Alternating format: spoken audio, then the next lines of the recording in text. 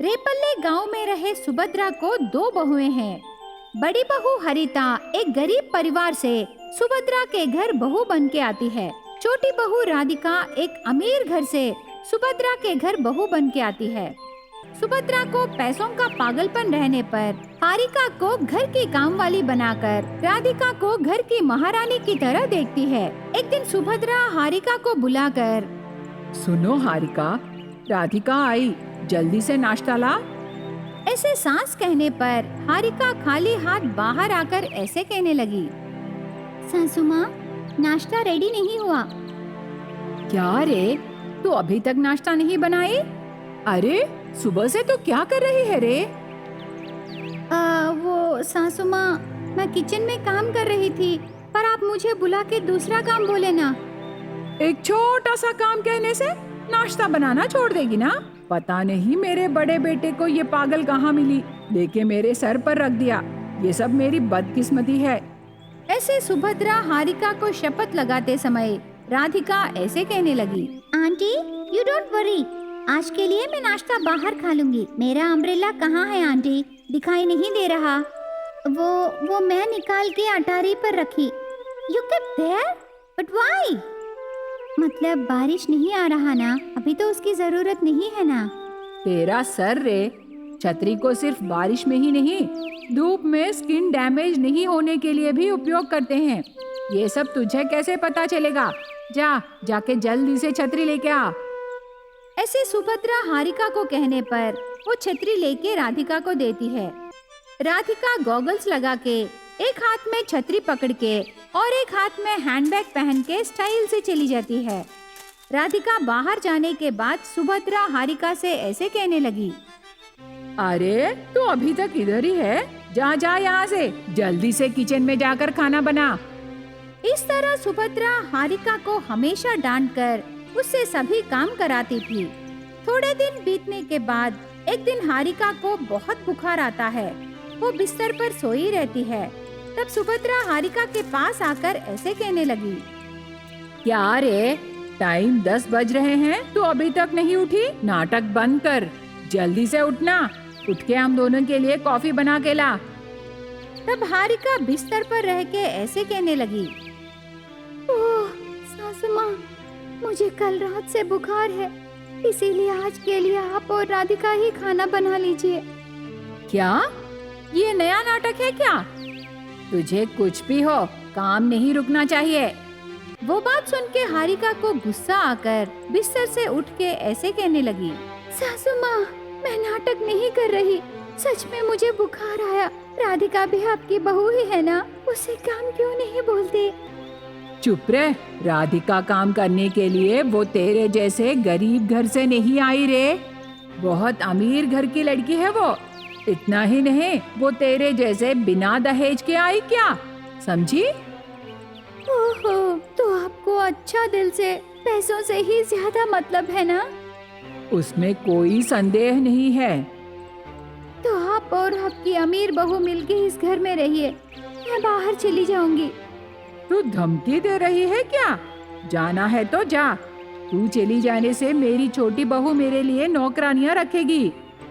ऐसे उस दिन सुभद्रा हारिका से झगड़ा करके हारिका को बाहर भेज देती है। थोड़ी देर बाद राधिका नींद से उठ के डाइनिंग टेबल के पास आकर ऐसे कहने लगी, आंटी, टिफिन रेडी है? अरे नहीं राधिका बहू, हारिका अचानक से उसके मायके चली गई। आज के लिए हम टिफिन बाहर से मंगा लेंगे। तू अपने फोन से ऑर्डर दे दे बहू। बाहर का खाना क्यों आंटी? हाइजीनिक नहीं रहेगा। आपको खाना बनाना आता है ना, आप बना दीजिए। उसके बाद मेरे कॉस्टली ड्रेसेस आप वॉशिंग मशीन में नहीं, हाथ से धोइए।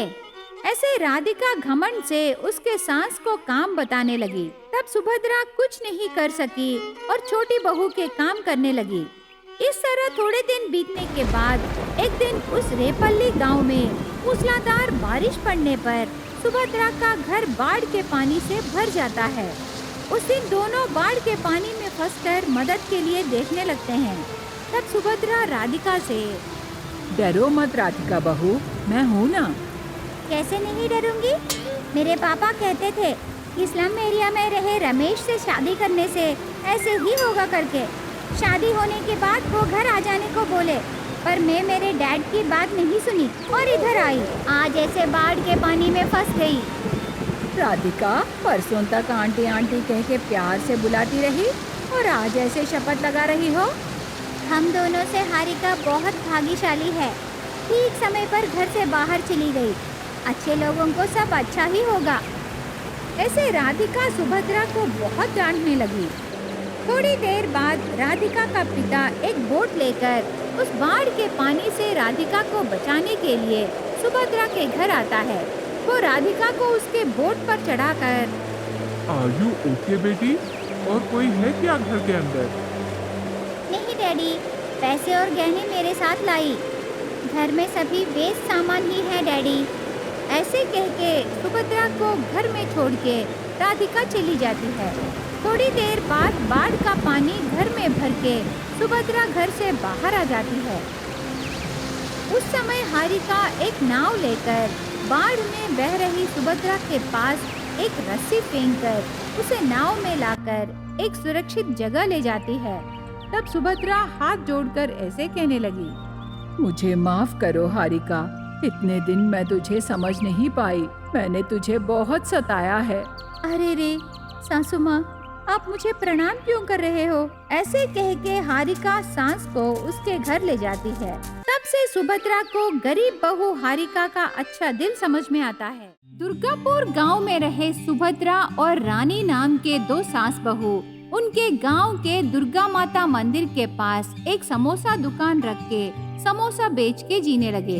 उनके दुकान से थोड़ी दूर में मनीष नाम के एक व्यक्ति को भी समोसा दुकान है। इन दोनों में से मनीष के दुकान को ही ज्यादा लोग जाते थे।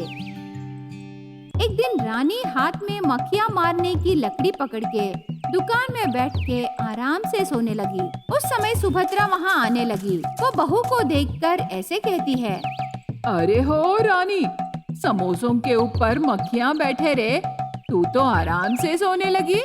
ऐसे सुभद्रा आकर चिल्लाने पर रानी एकदम से नींद से उठ के उसके हाथ में रही लकड़ी को हिलाते हुए, हाँ सासू माँ, अब आके कितना देर हुआ? मेरे बारे में छोड़ना, समोसा खाने कोई आए क्या? हाँ आए, एक कौवा आया, 5 चींटी आए और मक्खियाँ तो बोल ही नहीं सकते, अनगिनत आए सासू माँ। तेरा सर रे, मैं कस्टमर्स के बारे में पूछ रही हूँ। कस्टमर सा एक भी नहीं आए सासू माँ। ये क्या रे, स्वादिष्ट समोसे बनाने पर भी एक भी नहीं बिक रही।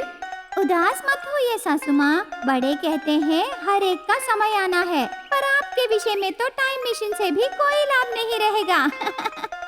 ऐसे रानी जोक करने पर सुभद्रा भी हंसती है।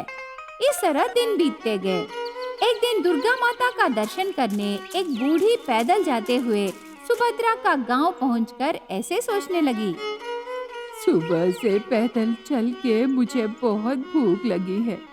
यहाँ पास में कोई मंदिर रहने से वहाँ जाकर प्रसाद खा के पेट भर लूंगी।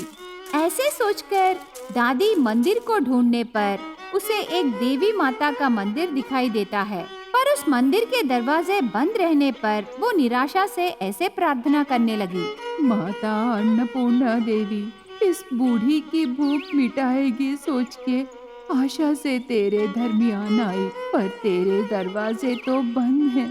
तुझे प्रणाम करके इस रात के समय भिक्षा मांगने जा रही हूँ। मुझे थोड़ा खाना दिला माता, आशीर्वाद दो। ऐसे दादी प्रार्थना करके रात के समय भिक्षा मांगने जाती है। तब एक भी व्यापारी दादी को खाना नहीं देते। दादी हर एक दुकान के पास जाती है। आखिर में मनीष के दुकान के पास जाकर खाने को कुछ है तो दान करो करके पूछती है। तब वो मनीष घमंड से ऐसे जवाब देता है, ओ बूढ़ी, जा यहाँ से। तुझे भोजन दान करने के लिए ये कोई सराय नहीं है, ये समोसों का दुकान है। ऊपर से इस समय बहुत सारे गिराक भी आएंगे। पहले तू मेरे दुकान से दूर जा। ऐसे मनीष दादी को शपथ लगा के वहाँ से चले जाने को कहता है। तब दादी निराशा से थोड़ी दूर जाने के बाद वो बेहोश होके सुभद्रा के दुकान के सामने गिर जाती है। उसे देख के सुभद्रा जल्दी से बूढ़ी के पास जाती है। तब वो बूढ़ी आंखें बंद करके ऐसे कहने लगी, माता, भूख लगी है। अन्नपूर्णा माता, बहुत भूख लगी है। ऐसे दादी भूख लगी है कहने पर सुभद्रा उसकी बहू को जल्दी से बुलाती है। अरे हो रानी, जल्दी से पानी और एक प्लेट में समोसे रख के इधर लाना। जल्दी आना रे। ऐसे सास कहने पर बहू लेके आती है। तब सुभद्रा पहले थोड़ा पानी बूढ़ी के मुंह पर छिड़क के उसे खाने के लिए समोसे देती है। तब वो बूढ़ी समोसे खाकर सुभद्रा को ऐसे आशीर्वाद देती है, अन्नदाता सुखी भव, देवी माता की दया हमेशा रहेगी। ऐसे दादी सुभद्रा को आशीर्वाद देके गांव से चली जाती है।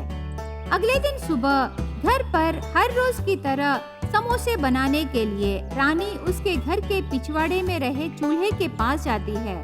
तब रानी को गरम गरम समोसों की खुशबू आती रहती है। तब रानी ने, ये क्या, चूल्हा भी नहीं जलाए और समोसों की खुशबू आने लगी। ऐसे सोच के पिछवाड़े में रहे पौधों की तरफ देखने पर पौधों के डालों को समोसे दिखाई देते हैं। उसके साथ उन्हीं से समोसों की खुशबू आने लगी।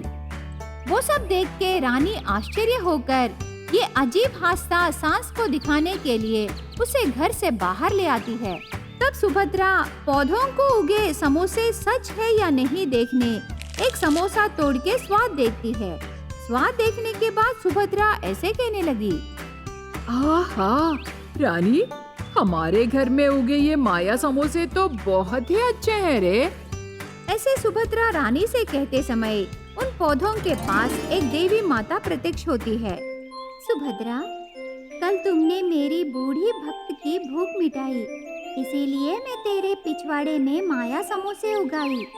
आगे से तेरे व्यापार में तुझे निवेश करने की कोई जरूरत नहीं है। तू जब चाहे तब जितने चाहे उतने समोसे तोड़ सकती हो, पर इन पौधों को हर रोज सुबह सिंदूर का पानी और शाम को हल्दी का पानी डालना है।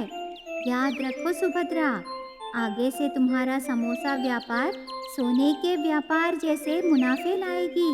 तेरी सारी परेशानियां दूर हो जाएंगे सुभद्रा। ऐसे कह के देवी माता गायब हो जाती है। तब से रानी और सुभद्रा उन पौधों को जैसे देवी माता बोली वैसे ही सिंदूर का जल और हल्दी का जल डाल के उन पौधों को उगे गरम गरम माया समोसों को दुकान में बेचने लगे। उस दिन से देवी माता प्रदान किए माया समोसों का स्वाद गांव वालों को पसंद आके मनीष के दुकान के पास जाना ही बंद कर दिए। सुभद्रा का समोसा व्यापार अच्छे से चलने पर मनीष चुपके से सुभद्रा के पीछे फॉलो होके दीवार के पीछे छुपके माया समोसों के पौधे देखता है। तब मनीष ऐसे सोचने लगा, हो, तो ये सास बहू के समोसों के पीछे ये कारण है। ऐसे सोच के एक दिन रात को सुभद्रा और रानी सो जाने के बाद उन्हें बिना बताए ही मनीष उनके पिछवाड़े में चुपके से जाकर एक फावड़ा की मदद से 2 पौधे निकाल के उसके बगीचे में लगाता है। मनीष वो पौधे लगाने के बाद उन्हें नॉर्मल पानी डालता है। तब उन्हें भी समोसे उगते हैं। मनीष को मुफ्त में समोसे मिलने पर खुशी से उन्हें उनके दुकान में बेचने लगा। मनीष के दुकान में समोसे खाकर कस्टमर्स को उल्टियाँ हो जाते हैं। तब एक कस्टमर को शक होके उस समोसों में क्या है जांच करने तोड़ के देखता है। तब उसमें कीड़े मकोड़े रही सब्जी रहती है। उसे देख के कस्टमर शॉक होके सबसे ऐसे चिल्ला के कहने लगा, गाँव वासियों, ये समोसे नहीं, सरासर धोखा है। इधर कोई भी मत खाओ, क्योंकि इन समोसों के अंदर कीड़े मकोड़े हैं। ऐसे चिल्ला के कहने पर गांव वाले मनीष को बहुत मारते हैं। उस दिन से समोसे खाने सुभद्रा के दुकान को ही आने लगे।